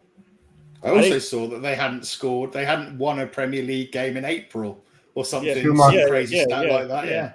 So everything about where we are right now is we let not necessarily. Hurry up, Gary, so Matt can answer his own question. So we let. I would say we usually recover from like the losses to Liverpool, but once again we lose 2 games within a 4-game period right after we played Liverpool, and that's what happened again. If you look at every time we play the big boys, we lose 2.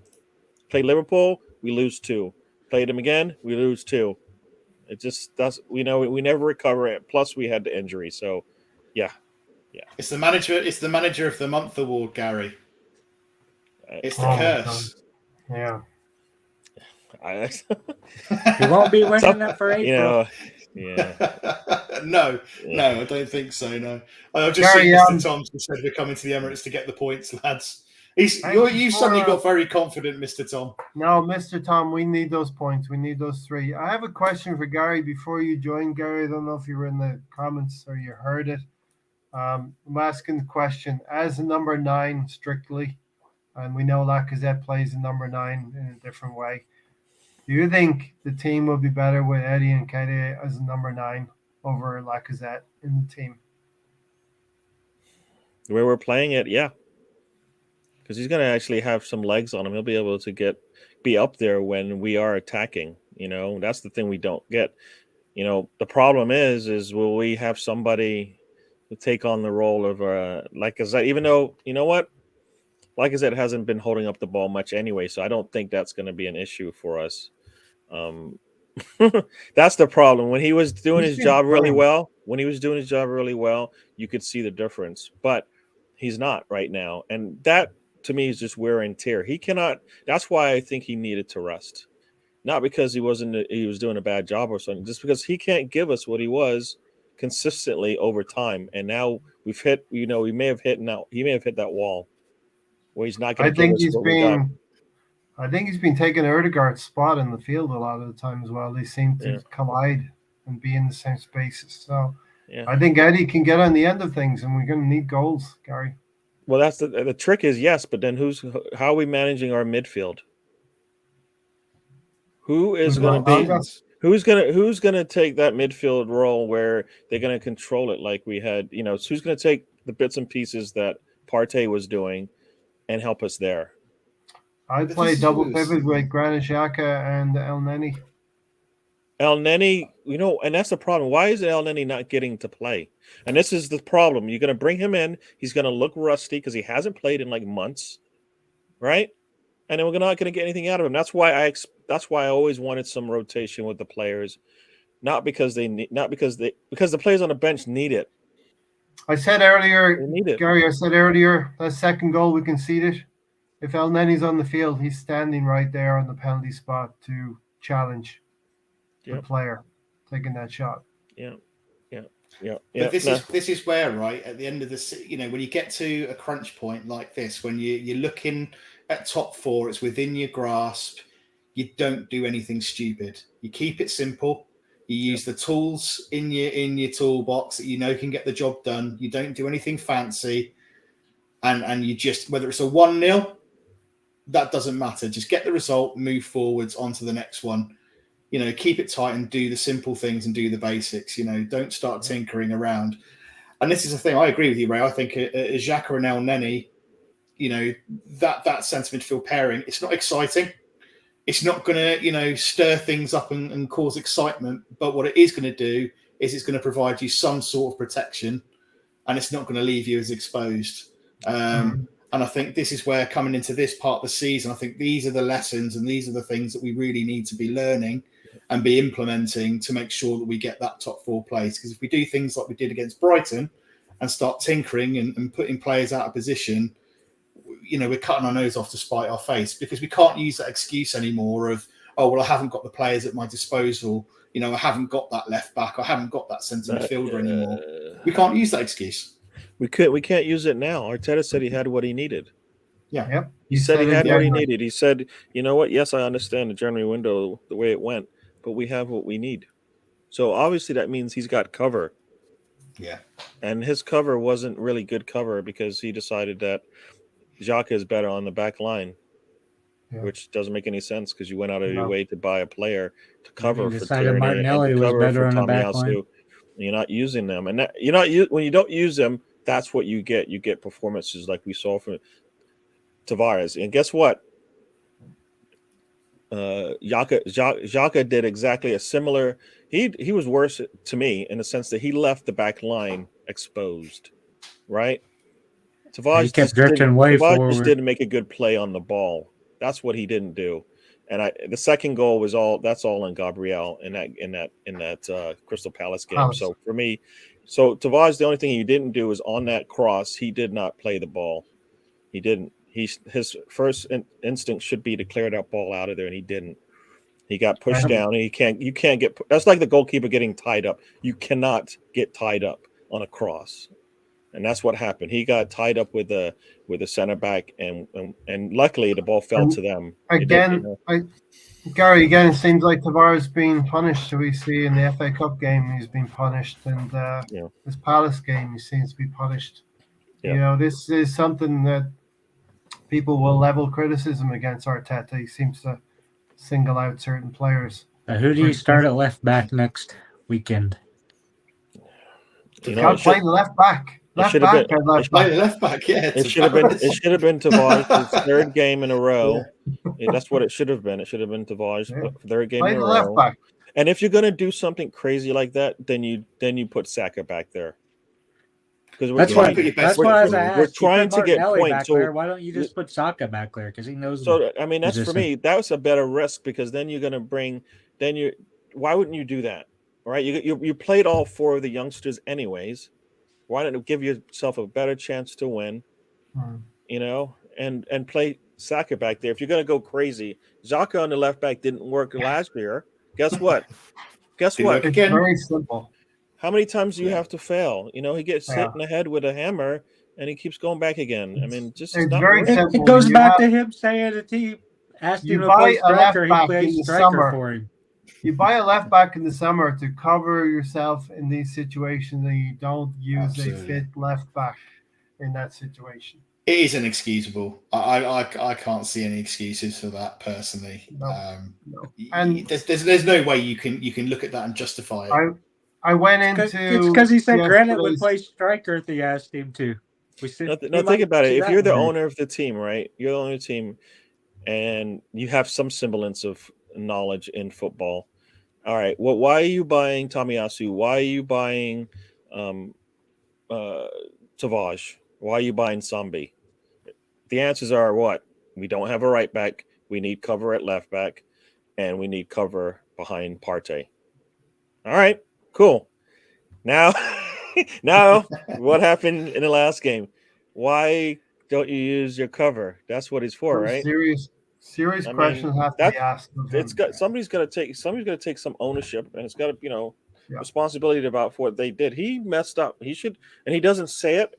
It's he can say I messed up and then come back and turn it around, but he won't say I messed up and he turns around and does something silly the next game. So. We're going to do something crazy against Southampton, probably make it easy for them. And in reality, we should be taking it to them, and they shouldn't have a chance. Yeah. Right? They gave up 6 goals. Guess what? You're going to give up 6 goals again.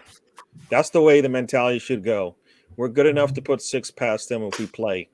And that's how we should go. And if we only score 3, I'll take it. But we have to stop the narrative where these teams are revitalized by Arsenal. And we can't be the you play a video game and you get to that part where you recharge your energy. Well, Arsenal can't be that stop on the path where you recharge your energy and get life for your season.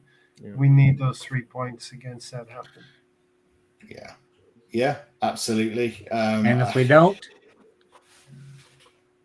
what if we don't get If we don't, I think that's probably our top 4 race gone in the wind. I think. Yeah, I think it's Brighton was must win. Yeah, Brighton was must win. Southampton is DEFCON 5 must win. I mean, you've got this question for the assembled here. So do you start a manager search if we lose next weekend, Ray? Tony, I'm a supporter of the club. I'm powerless. The club does what the club does. I'm saying, what would you do, Ray? Well, what would you do? He asked you first. You answer his question. What would I do, Ray? What would I do? What? If we lose 3 in a row, if we lose next weekend, This is where You start Tony a usually manager search. disappears. This is where Tony usually disappears. Tony, we lost 3. Tony, we lost 3 in a row at the start of the season. Why are you going back in Okay. time? He's asking you what's going to happen on Monday, on Sunday. Why Come should on. I go back in time, huh? No, you keep going back in time, and it's Saturday. It's Sunday morning. Gary, We the just past lost. informs the future, Gary. The past informs the future. You No, don't I answer mean- the Stan question. Tronicky on Sunday morning, we just Keep going. lost again. What do you There's do, a Ray? reason why you told me the season isn't 35 games. The season is not 30 games. The season is 38 games, and you make a decision at the end of the season, Tony.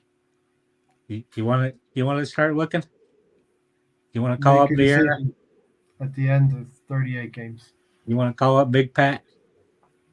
Yeah, I think Patrick Vieira is a good shout for being the next Arsenal manager. Doing a great I think job we need- with a young Crystal Palace team. There's lots of similarities to Arsenal. Young players. But then young they've just gone and lost to players. Leicester. Yeah. You know, we can sit here and talk about Patrick Vieira, but you know, we're sat with, you know, 4th place in our destiny, which, you know, at the beginning of the season we were all thinking that would be an amazing finish of the season. Let's face it, it's been in our hands. You know, Arteta, yes, he's had, you know, like we've seen against Brighton, odd decisions. Not everything's been done perfectly. There are things that are really frustrating. And as the Assemble's question to me a moment ago about some of the things that have been frustrating or the lows, I'd certainly say, you know, not playing Martinelli centre forward, not giving Pepe enough minutes, you know, seeing some of those fringe players that should see more minutes has been disappointing. But the highlights, you know, are certainly being sat in a top 4 race when I thought we were going to be sat down in 8th and 9th, you know, doing that again this season. So, you know, it's Patrick Vieira. Let's get to the end of the season and see where we are at the end of the season. You know, I think if we're sat anywhere between 4th and 6th, he's done a good job with lessons learned.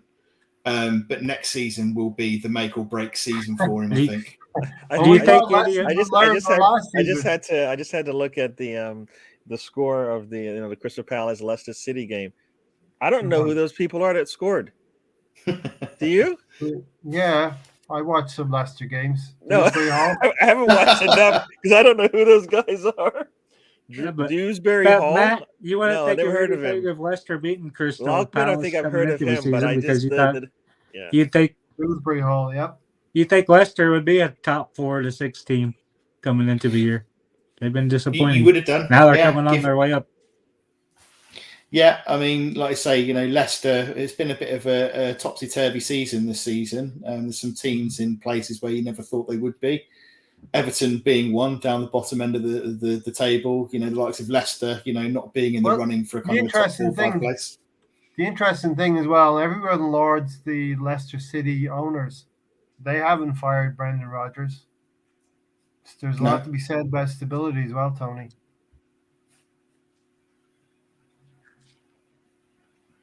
I'm sure they might be looking for somebody in the summer. We shall see. If everyone thinks Brendan Rodgers is going to get fired in the summer, I don't think so. Oh, Mahir, I'm not sure I agree with that. Lamptey and Aaron's a good player, but I'm not sure. Well, Tavares, you could argue. I think that's harsh on Tommy Asu. Tommy Asu has been good. He's been flipping fantastic. And Lamptey and Aaron's are starters. Tavares isn't a starter, so it's you can't really compare him. He did not come in to be a starter. You bring in Lamptey and Aaron's, you have starters right there. You don't have to. Yeah, but and you have starters in the league. You don't have to vet them. Tommy Asu came in and did a good job, right? Gary Lamptey came on as a substitute yesterday. So. No, but he's been a starter in this league. He's been injured, so he's coming back.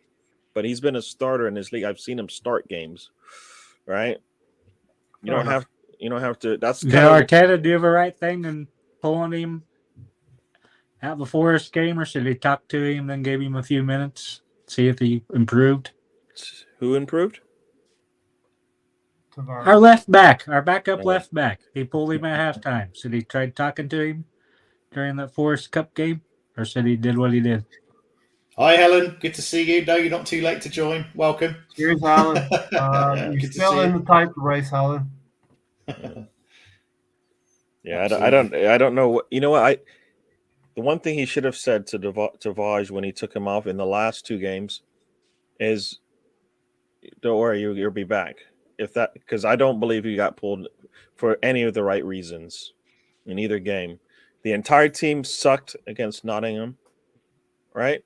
What part So of I'm the team saying, looked should he good? pull him to begin with, or should he try What part talking of the to him team before looked he good? pulled him? Why was Tavares the reason why we were losing? No. You know, could we not have scored 2 goals against them? We should have, right? I mean, in this last game against Crystal Palace, what did he do? He needed support from his center backs, and they both let him down. Yeah, but That's that my can be down generation. to So Helen's communication from not asking, playing together. Helen's asking, how on earth can you lose to Brighton? Helen's asking, how on earth can you lose to Brighton, LOL? Well, Helen, you might remember Liverpool drew 2-2 with Brighton.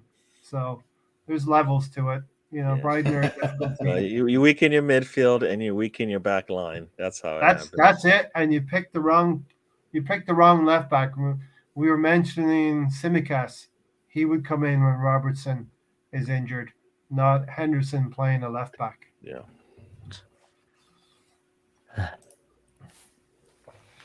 Does anyone Are think? any of us shocked by where a player lines up anymore in our team? You say what, Tony? Yeah. I'm shocked when Granit Xhaka is picked again after what we saw last season. Yeah, I'm shocked. I'm not There's shocked. lessons. I can just still seems like he pulls straws at times. It's like, who's a be at left back? It's Saka. He got the longest straw. I mean, it's just No, but he did that there's already. no logic. He already no did it. logic It's not to like what he he does. didn't. He saw it. He saw what happened when he did it, and then he did it again. So he's got a script. The script does not change. There you go. Plan A, and Plan A. Yeah. Does anyone think Europe will be a positive for Arsenal after the January transfer window? It was the perfect opportunity to get players pre-signed for next season if we didn't bring them in now. It's difficult, that question, to be fair, this Assemble, because whilst on one hand, absolutely want to bring players in January in our position because we're seriously lacking in some areas, you never get the best quality players in January. Players don't generally want to leave in the middle of the season. It's a tricky one. Yes, we would have been better prepared for Europe if we could get players in January, but we've been doing this for years where we buy players in January, put a plaster on the issue, never actually really get the right players and ended up putting people on stupid wages But to you know what? attract them. It's going to be real tricky this summer, too, though, because you got the World Cup coming up. No, think about it. The last January window, what did we do? Guaranteed playing minutes. No, but think about it. The last January window, what did we do? Who do we bring in? Matt Ryan, who showed us that we needed a better goalkeeper, and Erdegaard, who they just wanted to test out, and look where he is now. He's our starting. He starts for us now. So we can't say it didn't. It doesn't work, and you bring somebody. They found players when they needed to. They didn't find anybody they wanted, but I think it hurt them because they let too many players go. Chambers being like for $2 million makes absolutely no sense to me. You just paid $7 million to send Aubameyang out of the door, but you're gonna take in $2 million for Chambers. Who cares if you get anything for him? There's still not a guarantee that we got the $2 million. You might have went on a free. You know what I mean? That makes no sense to me, anyways. I don't know. We're not sure we got $2 million for him yet or not. There's rumors he went for free, and that's even worse. You got nothing for it. Just weaken your team for what reason would you do that for? Look at Liverpool. Liverpool did some work. They couldn't get it done at the end of the January window with Carvalho. Recently, they've announced that they have him signed for the summer. Yeah, but Diaz, but they got Diaz, so they got a player in. We got nothing. They had 2 players. They got 1 in, and he's plays for them consistently. That's the kind of business we need to do, Gary. And we're not good. And we only had 1 player on our radar this whole January window, and it was the best player out there according to some, right? We weren't going to get him, and I don't understand why that report came out that way. They're just ridiculous.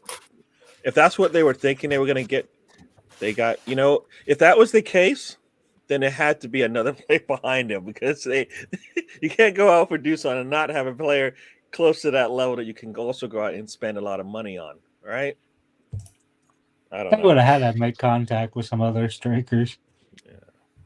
But guys, let's face it, the January window's now gone. We can sit here and lament the fact that we didn't buy a striker. You brought it up. I know, but I'm trying to shift this on to the next section. Ray likes this. Gary's going after Matt instead of him. You know what? Matt. Everybody loves Matt. Am I going to have to mute you, Gary? Is that what I'm going to have to do? Uh-oh. Am I going to have to take you out of the game? Is that what we're going to have to so, just wind Tony up. Tony's all for it. But no, we can sit here and moan about January, and it is one of those things that we've all kind of thought, why the hell did we not bring in a striker, or at least some kind of backups across the team, because we are a bit short in places. We're now suffering for that. But given the fact that we have the tools we've got at our disposal, we've got the injuries we have at the moment, it's not great. Obviously, we've come off the back of a couple of disappointing results. Southampton next, so touch on that. Really, what is it that we need to do for Southampton to shake ourselves out of this, to bring us back into where we were maybe before those couple of games, and get ourselves back on track? What is going to be the key difference, do you think, that's going to be the big thing that we can really do? We need to construct a team that's comprised of fullbacks, centre backs, a goalkeeper, some midfielders, and wingers, and a striker, and play them in their positions. You're like starting over again. We just did the back line. We shouldn't have to do that anymore. I'm saying he's just talking about the lineup. Pick the players. Starting the midfielder at left back. Who do you pick for Southampton? You know me, I just like to go after you, Ray. But Ray, we'll go round. But Ray, who do you? What is your lineup for Southampton? Okay, Ramsdale, Tavares, Gabriel, White, Cedric. I would play El Neni with Granit Xhaka. Lokonga he's not what we need for this run-in. Sorry. Ødegaard. I would play Emile Smith-Rowe, Saka, and I'd be very tempted to go with Eddie. I think I'll go with Eddie up front. There you go. No more Lacazette. Just before we go to Gary, I would say the only difference that I would put to that, I'd agree with that all the way through, but I would try Martinelli centre forward. Just stick him up there, smack bang up front. But yeah, Gary, what do you think? Yeah, I guess I kind of would. I would rather have Sambi and El Neni. Tell you the truth, I think we just keep putting. They've never played together. I know. Xhaka never played left back since last year, and he does weird things. So obviously he's crazy when he puts his lineups together. But I would like to see all the four youngsters up top. Yeah. So Martinelli up top, Smith-Rowe and Xhaka and Ødegaard kind of making up that front four attack that we have. So we need to score goals. We need to have our best players out there. Letting Nketiah come on like he's done in the past if we need to give a spark. And then if we need to control things, you bring in Lacazette like he's done in the past. He's come in and kind of gave us that support as well. And then just, figure it out behind them. So, yeah. Who would you favour, Gary? If you had a one important chance in a game and you're thinking who's going to put this away for you, who are you going to go, Nketiah or Martinelli? I mean, I was going to say Smith-Rowe because I think he's. Do you favour Nketiah up front, right? Because obviously I mentioned. I think Martinelli because I think at the least he might draw a PK. So I don't think. I think Martinelli is a pure finisher. He's a better finisher than Eddie is. Agree. For sure. Yeah. Tony, what do you think? What's your go-to lineup for Southampton? Who are you going with? Tavares and the rest of the normal starting back five. I would play Zombie. Then I'd have Smith Rowe. Then Odegaard. Then I'm not sure about the front three. I'm not sure if I tried Martinelli up there or not. I'd probably just keep it the way it has been. Martinelli, Lacazette, and Saka. That's interesting, because I fully expect, because given we've talked about Martinelli quite a lot playing up top, and we've all kind of said, really wanting to get an opportunity. Actually, I thought that was going to be a clean sweep. So it's quite interesting that actually some of you have gone for Nketiah and not actually gone for Martinelli at all. That surprised me. I think the way we play, Nketiah can play that central striking position better than Martinelli, the way we play football around that position. That's really interesting. I genuinely thought that was going to be a clean sweep. That's a long 10 minutes, Ray. Ray was to stay with us 10 more minutes, and he's still here. Yeah, listen, I love everyone here. So I love his disco lights in the background, Ray. What's going on? That's what I was wondering. What's going on back there? That's my nephew's room. So it's a bit like that scene in E.T. when the spaceships landed in the forest. Yeah, you've seen the nighttime out there through the window as well. So just don't open the door to see what he's doing in there, Ray. Calling everybody from Dublin. I'm in Dublin. Just don't go in his room, see what's going on in there. No school this week. Everybody's off school, so yeah, we're staying up later. Do you think we're going to get a result? Are you confident? Yes. Given how are you confident? Because I know Southampton have obviously not had the greatest run themselves. They've just been absolutely spanked by Chelsea, and they'll be feeling pretty sore. Are you confident going into this game of getting a result? I mean, I'm fairly confident that we'll pick us. We have to be. I mean, we have to be fairly. We have to be hopeful. But the last couple of performances haven't been fantastic. We've been a bit lackluster. We've not really had the same kind of intensity that we've seen for quite a lot of this season. Really, again, this is another game that we should be taking advantage of and really, scoring a few goals and being confident. Here's another team that have only drawn one and lost 4 of the last 5 games. It's so similar to Brighton. So it's a penalty kick. It's easy, right? It should be. But as we all know, and as we've experienced over the last couple of weeks, those games that we expect to win and maybe are a bit too overconfident of going and getting 3 points. I know I certainly was. I looked at Brighton and Crystal Palace and thought that was going to be a simple 3 points for us. Apart from Crystal Palace, because they are a good, they can play good football and cause us problems. We'll beat Southampton comfortably. There, I said it. 3-0. Okay. 3-0. You're going for a 3-0 win. Yeah, it has to be because we're going to face Chelsea, we're going to face United, we're going to face West Ham, and this has to be some kind of a confidence builder. I think Wenger said confidence builds like you're going up the stairs, and you lose confidence like you just fell out of the elevator. So we have to build confidence back up. That's what Arsene Wenger said.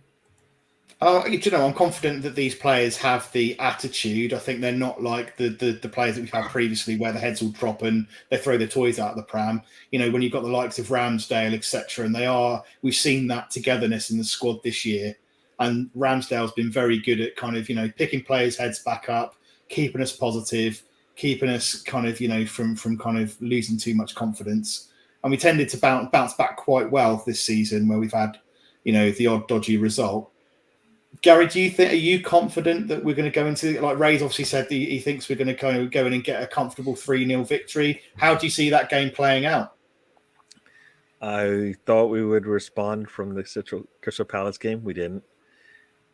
I'm hoping we'll respond from this one, but I'm not confident we'll do that based on what I've seen.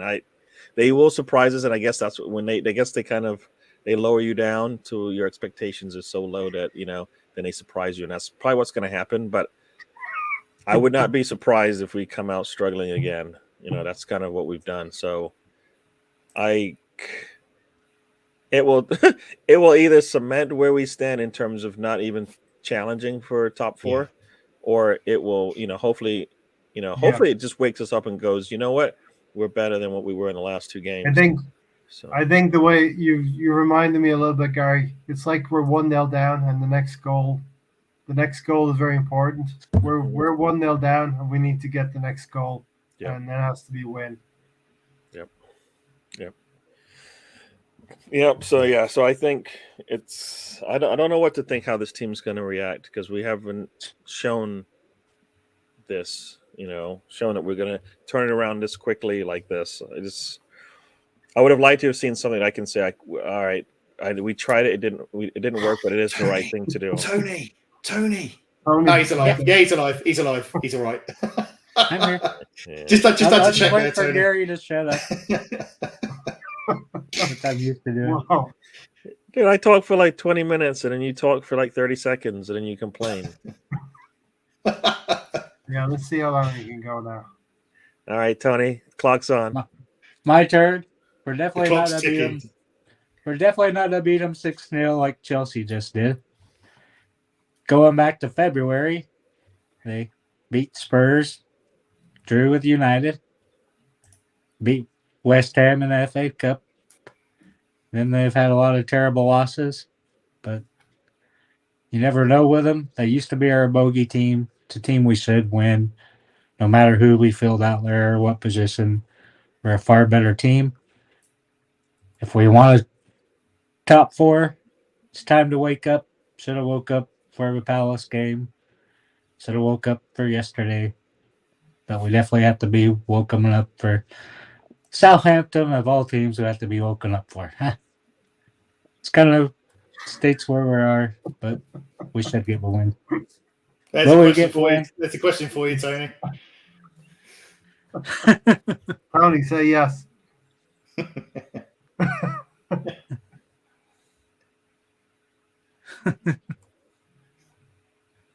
It doesn't seem that everyone's particularly confident. Well, I mean, Ray, you're the optimist. You think that obviously we're going to go and get a decent result. Gary, you're hopeful. You seem to be hopeful that we'll go and respond. Tony, you're not. You should, but we won't. We've got a few in the chat that are obviously thinking we might get a draw. I know the Assemble said anything but a defeat. It seems like maybe he's not all overly confident.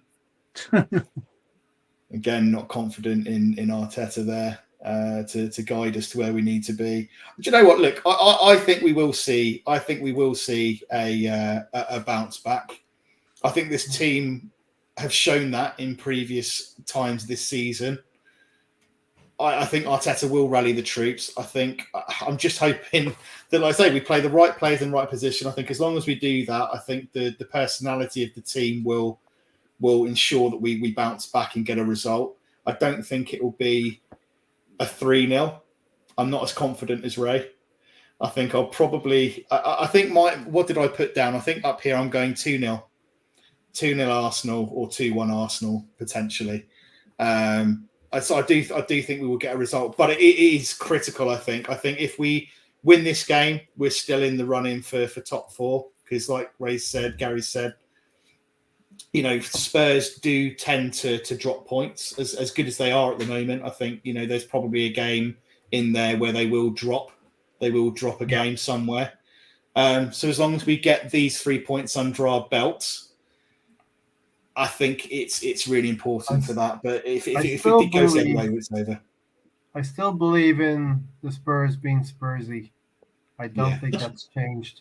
Now, we have to be better than that, and we can't throw the towel in right now. Mr. Tom's enjoying football right now. Leeds won 3-0. Maybe we'll go after Rafinha, but we'll have to see how we do. Very good player, but let's see. Let's see. I think the Assemble question, can we have a rundown of who we should beat until the end of the season? So let me bring up the banners here. Who we should beat. Who we should beat, Let's bring these up. So we've got the Arsenal fixtures. Here we go. All right, I'll start. Okay, the chocolate brownies are ready. That my niece has told me here, so I'll be here for 2 more minutes. Well, it's heading into 9 o'clock. We've only got a few minutes till 9 o'clock. Leave us for ice cream and brownies. I think we should be Southampton. We have to beat Leeds. Let's skip over those 3. We have to beat Leeds. We have to beat Newcastle. We have to beat Everton. I think we can beat West Ham, and I think we can beat Man United. And I'll take draws against Chelsea and Tottenham.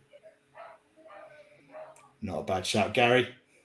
The question was, should we beat? Who should we beat? Who do you think we're going to beat, and what do you think the results are? Southampton we should beat. Leeds we should beat. Everton we should beat. Should beat. Where we've been playing, we're going to challenge against Newcastle, West Ham, United, and Tottenham and Chelsea. I think it's just too much for us.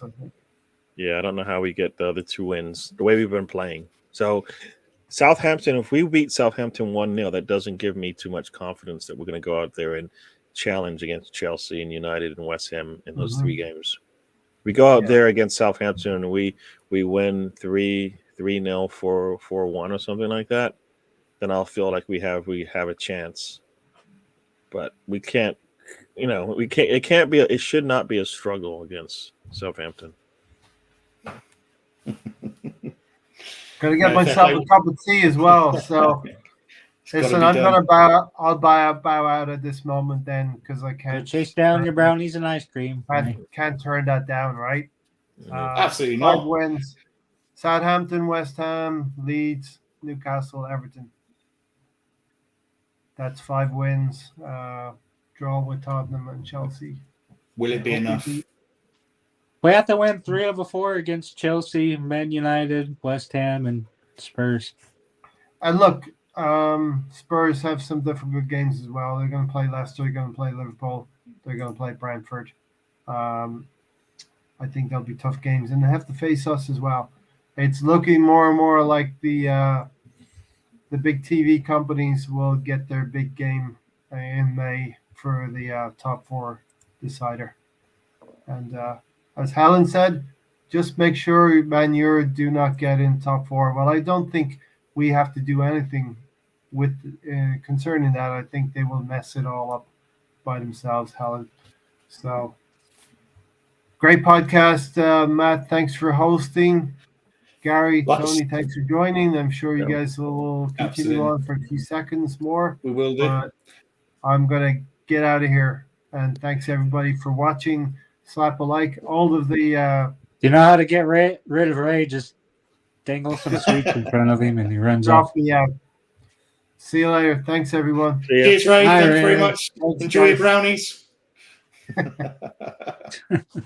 It's good to see. Good to see Ray. I didn't think he was going to join us tonight because I know obviously he's travelled back to Ireland, so it's great to see him as always. And thanks to Ray for giving me the opportunity to host tonight. Hopefully, I've done him proud enough.